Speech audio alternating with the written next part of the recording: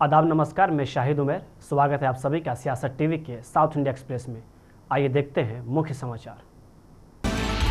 नामपल्ली में सुरवरम प्रताप रेड्डी तेलुगु यूनिवर्सिटी के छात्र और फैकल्टी पिछले 10 दिनों से तेलंगाना सरकार के उस फैसले का विरोध कर रहे हैं जिसके तहत यूनिवर्सिटी की 4 दशक पुरानी इमारत का पूरा ग्राउंड फ्लोर आदि ध्वनि ट्रस्ट को दिया जाना है। यह ट्रस्ट वहां एक आदिवासी कला संग्रहालय और रिसर्च सेंटर बनाना चाहता है। आज विरोध प्रदर्शन अपने 10वें दिन में पहुंच गया। इस विवाद की जड़ में एक सीधी सी लेकिन असहज करने वाली बात है। अभी उसी ग्राउंड फ्लोर पर 650 छात्र क्लास करते हैं। वही प्रदर्शनकारियों का कहना है कि एक प्राइवेट ट्रस्ट का म्यूजियम बनाने के लिए उन्हें वहां से हटाना, चाहे उस म्यूजियम के सांस्कृतिक मकसद कितने भी अच्छे क्यों न हो, असल में राज्य द्वारा एक पब्लिक यूनिवर्सिटी को प्राइवेट फायदे के लिए छोटा करने जैसा है। तेलंगाना प्रदेश कांग्रेस कमेटी के अध्यक्ष बोम्मा महेश कुमार गौड़ ने आज कहा कि राज्य सरकार पर कोई आरोप लगाने की गुंजाइश नहीं है। केंद्रीय मंत्री जेपी नड्डा ने अब तक कितनी नौकरियां दी है। केरोसिन, डीजल और पेट्रोल की मौजूदा कीमतें देखिए। मनमोहन सिंह के नेतृत्व वाली सरकार के समय की स्थिति से इसकी तुलना कीजिए जब पेट्रोल बहुत कम कीमत पर बिकता था। स्टेट गवर्नमेंट के ऊपर कोई एलिगेशन लगाने का गुंजाइश ही नहीं है। जेपी नड्डा से मैं सीधी सवाल कर रहा हूं कि आप 2 करोड़ नौकरियां सालाना देते बोले, आज तक कितने नौकरी दी है? आइंदा आप तेलंगाना आने से पहले ये इस चीज का खुलासा करना जरूरी है। 15 लाख अकाउंट में डालते बोले, आज केरोसिन, डीजल, पेट्रोल का दाम क्या हुआ है? मनमोहन सिंह के नेतृत्व में क्या हाल था? 65 रुपीज में पेट्रोल दे रहे थे, आज 110 रुपए में हम दे रहे। कौन सा गरीब का फायदा हुआ? मोदी जी की नेतृत्व वाली 12.5 साल की सरकार में कौन सी गरीब का फायदा हुआ? आप संपन्न लोगों का बढ़ोतरी कर रहे हैं। आम जनता जानती है तेलंगाना में बीजेपी को दरवाजा खुलने का कोई गुंजाइश ही नहीं है। यहाँ कांग्रेस सरकार प्रजाहित कार्यक्रम कर रही है। आने वाले इलेक्शन में भी कांग्रेस सरकार 100 से अधिक सीट जीत के सत्ता में आएंगे। ये क्यों देंगे भाई? हरीश राव के कार्यकाल में ही ये पूरा इरिगेशन का लैप्स हुआ। पहले उनका जवाब चाहिए उसमें। कांग्रेस सरकार में कांग्रेस सदस्य को मंत्री बनने का चांस रहता। अगर हरीश राव वो तरफ अगर सोच रहे हैं कांग्रेस में शामिल होने के बारे में, अगर वहां से एप्लीकेशन अगर आएंगे तो हम पीएसी में चर्चा रखेंगे, उसके बाद निर्णय लेंगे।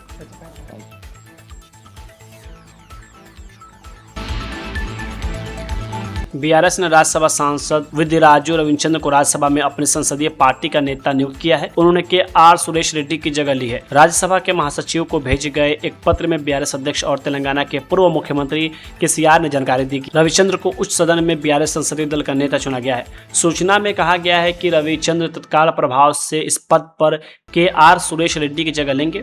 यह नियुक्ति ऐसे समय में हुई है जब बीआरएस राज्यसभा में अपनी संसदीय लीडरशिप में फेरबदल कर रही है। राज्यसभा में तेलंगाना का प्रतिनिधित्व करने वाले पार्टी के 3 सांसद हैं, वदिराजू रविचंद्र, बी पार्थसारथी रेड्डी और डी दामोदर राव। रविचंद्र अब बीआरएस की ओर से उच्च सदन में पार्टी के फ्लोर कोऑर्डिनेशन और संसदीय रणनीति का नेतृत्व करेंगे।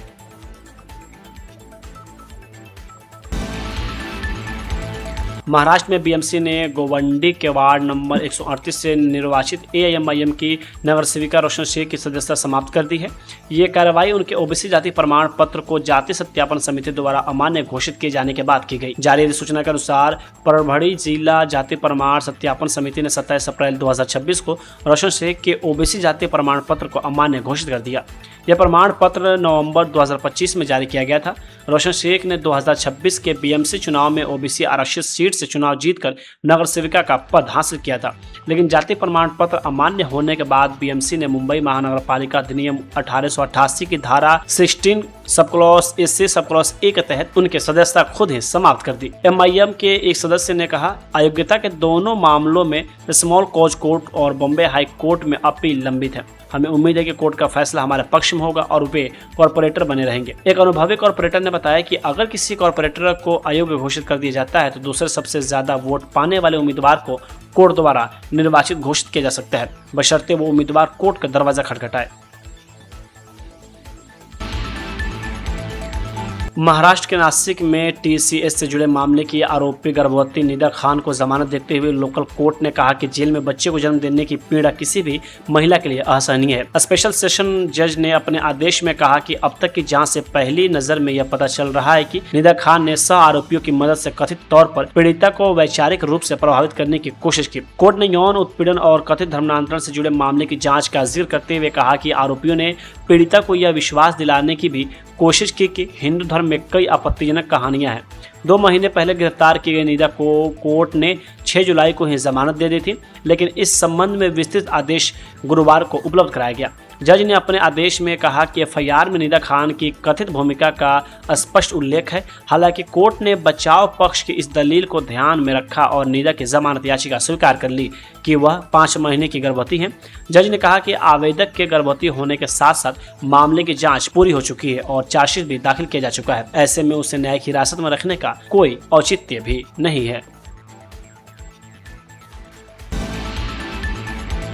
शरद पवार ने डिप्टी सीएम एकनाथ शिंदे के कार्यालय में अपनी पार्टी के विधायकों के साथ बैठक की, जिसके बाद एमवीए के भीतर नया सियासी घमासान शुरू हो गया। शिवसेना यूबीटी सांसद संजय राउत ने कहा, एकनाथ शिंदे इस देश के सबसे बड़े गद्दार हैं, उनके जैसे लोगों का सम्मान नहीं देना चाहिए। इससे पार्टी कार्यकर्ताओं के बीच गलत संदेश जाता है और उनकी भावनाएं आहत होती है। नहीं, देखिए, एकनाथ शिंदे इस देश का सबसे बड़ा गद्दार है, यह हम मानते हैं।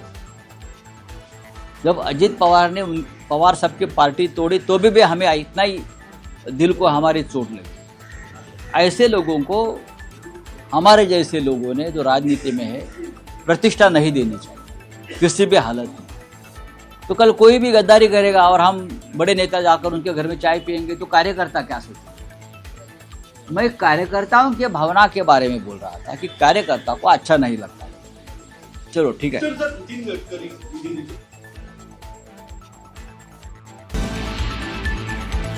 कर्नाटक में सैयार पर केंद्रीय मंत्री शोभा करंदलाजे ने कहा कि आरोप है कि एन्यूमरेशन फॉर्म के जरिए अवैध प्रवासियों को मदद पहुंचाई जा रही है। बताया जा रहा है कि ये फॉर्म मस्जिदों, मदरसों और स्कूलों जैसी जगहों पर भरे जा रहे हैं। हमने एक शिकायत दर्ज कराई थी, जिसके बाद राज्य सरकार ने पीआरसी के संबंध में एक आधिकारिक आदेश जारी किया है। इस आदेश के मकसद पर सवाल उठाए जा रहे हैं, क्योंकि इससे बड़ी संख्या में उन लोगों को फायदा हो सकता है जो कथित तौर पर पश्चिम बंगाल और बिहार जैसे राज्य में कर्नाटक से आए थे। हमने व्यक्तिगत रूप से कई जगहों का दौरा किया है, यह पता लगाया है कि ये लोग कहां से आए हैं, जानकारी की पुष्टि की है और शिकायत दर्ज कराई है। एसआईआर चल रहे हैं।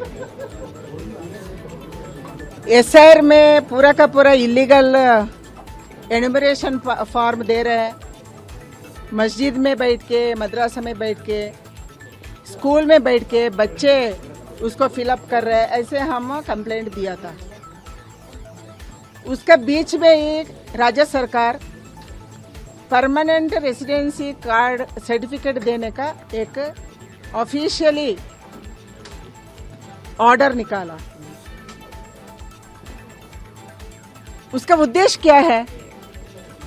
उद्देश्य एक ही है, कर्नाटका में लाखों लोग वेस्ट बंगाल से, बिहार से किसको भगाया, वो कर्नाटका आया। बहुत सारे जगह में मैं खुद गई, उसको देखी, वो किधर से आए उसका पता किया, कंप्लेंट दिया। अभी वही लोगों को परमानेंट रेसिडेंसी सर्टिफिकेट ये सरकार दे रहे हैं। राज्य सरकार का एक ही उद्देश्य है, इलीगल लोगों को लीगलाइज करे, कानूनी करे। इसलिए इसको हम विरोध कर रहे हैं। ये सर्टिफिकेट देने वाले कौन है? रेवेन्यू इंस्पेक्टर है, एक छोटा ऑफिसर पीआरसी का सर्टिफिकेट देने वाला है, परमानेंट रेसिडेंस सर्टिफिकेट है। कल हमको मैसूर में एक उदाहरण मिला, एन्यूमरेशन फॉर्म लेने के लिए, देने के लिए भी 50 रुपए, 100 रुपए दे रहे हैं।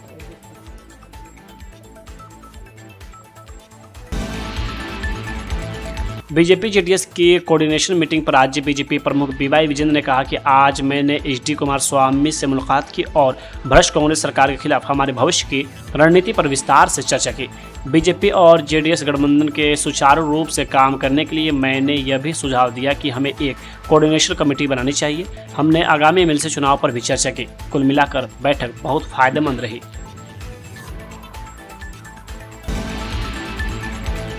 कांग्रेस नेता मणिकम टैगोर ने कहा कि आज हमने सीपीएम के राज्य सचिव और पोलिट ब्यूरो सदस्य टीकेआर और चूंकि हम इंडिया गठबंधन का हिस्सा हैं इसलिए हम सभी आरएसएस, बीजेपी, पीएम मोदी और अमित शाह के खिलाफ मिलकर काम कर रहे हैं। यह राज्य स्तर की एक शिष्टाचार मुलाकात थी और हम सभी उम्मीद करते हैं कि हम बीजेपी को तमिलनाडु में आने से रोकने के लिए मिलकर काम करेंगे।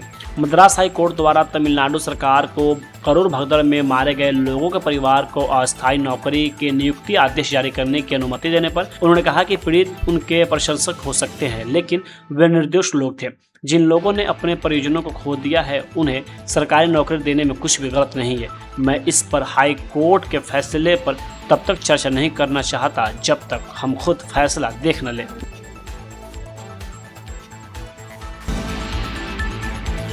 वीसीके अध्यक्ष थोर थिरुमावलवन ने कहा कि राष्ट्रीय स्तर पर बीजेपी को प्रभावी ढंग से हराने के लिए तमिलनाडु में डीएमके और सत्ताधारी टीवीके दोनों को इंडिया गठबंधन में शामिल होना चाहिए। पत्रकारों से बात करते हुए लोकसभा सांसद ने जोर देकर कहा कि स्थानीय स्तर पर विचारधाराओं में अंतर के बावजूद बीजेपी की सांप्रदायिक राजनीति का मुकाबला करने के लिए एक संयुक्त मोर्चा बनाना जरूरी है। वीसीके की ओर से डीएमके और टीवीके से इंडिया गठबंधन में शामिल होने की अपील पर कांग्रेस सांसद जेबी माथर ने आज कहा कि इंडिया ब्लॉक एक बड़ा मंच है जो इस सोच पर बना है कि हमारे संवैधानिक मूल्यों की रक्षा होना चाहिए। जाहिर है कि लोग मानते हैं कि हमें बीजेपी के खिलाफ मिलकर लड़ना चाहिए। वे समान विचारधारा वाली पार्टियों से एक साथ आने का आग्रह करेंगे।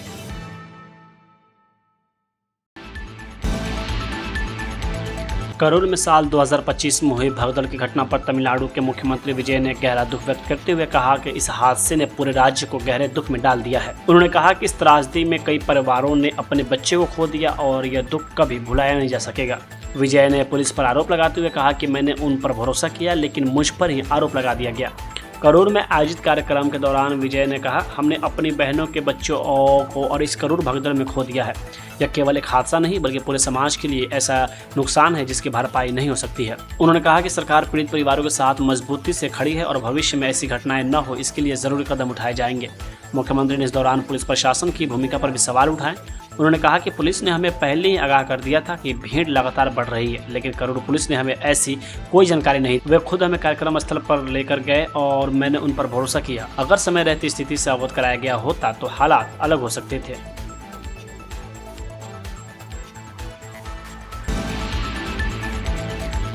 साउथ इंडिया एक्सप्रेस यही होता है समाप्त। मुझे दे अब इजाज़त। बाकी खबरों के लिए बने रहें सियासत टीवी के साथ।